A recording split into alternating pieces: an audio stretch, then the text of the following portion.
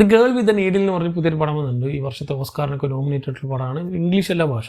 ഈ സിനിമ കാണുന്നതിന് മുമ്പ് എന്താണ് ഈ സിനിമയുടെ പ്രിമേസ്, ഇങ്ങോട്ടാണ് ഈ ചർച്ച ചെയ്ത് പോകുന്നത് എന്നൊന്നും അറിയാതെ കണ്ടു. ഒക്കെ ഞാൻ അങ്ങനെയാണ് കണ്ടത്.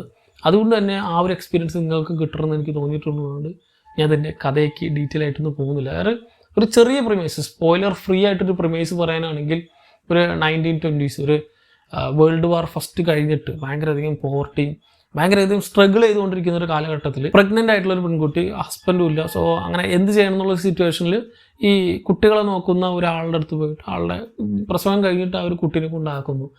അത് ആക്കുന്ന ആൾ ഡാക്മർ എന്ന് പറഞ്ഞൊരു വ്യക്തിയാണ്. ആൻഡ് റിയൽ ലൈഫിൽ അങ്ങനെ ഒരാളുണ്ടായിരുന്നു. ആൾ ചെയ്തിട്ടുള്ള കുറച്ച് കാര്യങ്ങളുണ്ട്. അതിനൊക്കെ ബേസ് ചെയ്തിട്ടാണ് ഈ ഒരു സിനിമ പോകുന്നത്. സോ അതിൻ്റെ ഞാൻ ഈ പറഞ്ഞ ആ ഒരു പ്രിമേസിലേക്ക് എത്താനും സിനിമ കുറച്ച് ടൈം എടുക്കും.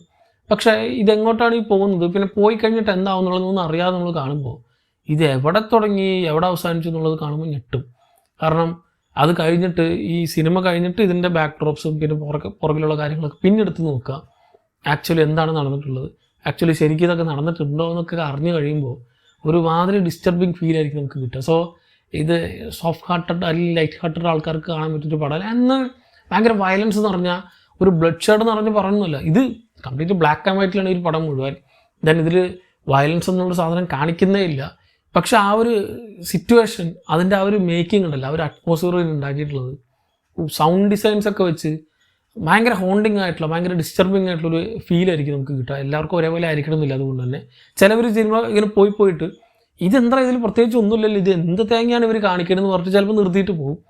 പക്ഷെ തിയേറ്ററിലാണെങ്കിൽ അങ്ങനെ ആയിരിക്കില്ല, ഒറ്റയ്ക്ക് നമുക്ക് സ്ട്രക്ചർ ഫുള്ളായിട്ട് കാണും. പക്ഷെ OTT കാണുമ്പോൾ അവസ്ഥയാണ് ഞാൻ ഈ പറഞ്ഞത്. ഞാൻ ഡിജിറ്റലിൽ ഇറങ്ങിയിട്ട് OTTയിലാണ് ഞാൻ, അല്ലെങ്കിൽ ഡിജിറ്റലാണ് ഞാൻ കണ്ടത്.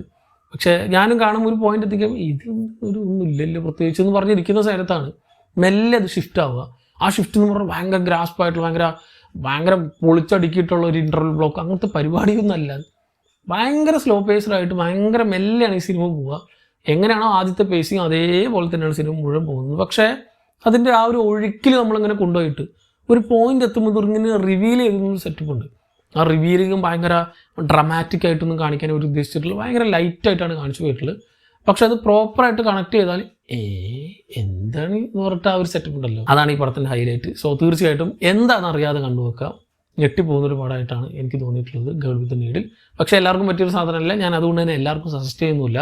ഈ ബ്ലാക്ക് ആൻഡ് വൈറ്റ് ആണെന്ന് കാണുമ്പോൾ തന്നെ ഒരു 50% ആൾക്കാർ ഇത് കാണില്ല, അത് പോട്ടെ. ഞാൻ അതിൻ്റെ ഒപ്പം തന്നെ ഈ പടം കണ്ട് ഒരു പോയിന്റ് എത്തിക്കഴിയുമ്പോൾ ഒന്നുമില്ല എന്ന് കാണുമ്പോൾ തന്നെ കുറേ പേര് നിർത്തിപ്പോവും. ഈ ബാക്കിയുള്ള ആൾക്കാരുണ്ടല്ലോ, എല്ലാം കഴിഞ്ഞിട്ട് ക്ഷമിച്ച് സഹിച്ചിരിക്കുന്നവർക്ക് മാത്രമേ ഈ പടം പറ്റുള്ളൂ. ക്ഷമ വേണം, നല്ല ക്ഷമ വേണം. നല്ല ക്ഷമയുണ്ടെങ്കിൽ മാത്രം കാണാൻ പറ്റുന്നൊരു പടമാണ് ഗേൾ വിത്ത് നീഡിൽ. ഓൾറെഡി ഈ സിനിമ കണ്ടവരാണെങ്കിൽ സിനിമ പറ്റിയുള്ള നിങ്ങളുടെ അഭിപ്രായം താഴെ കമന്റ് ബോക്സിൽ കമന്റ് ചെയ്യാം. മറ്റൊരു വീണ്ടും കാണാം.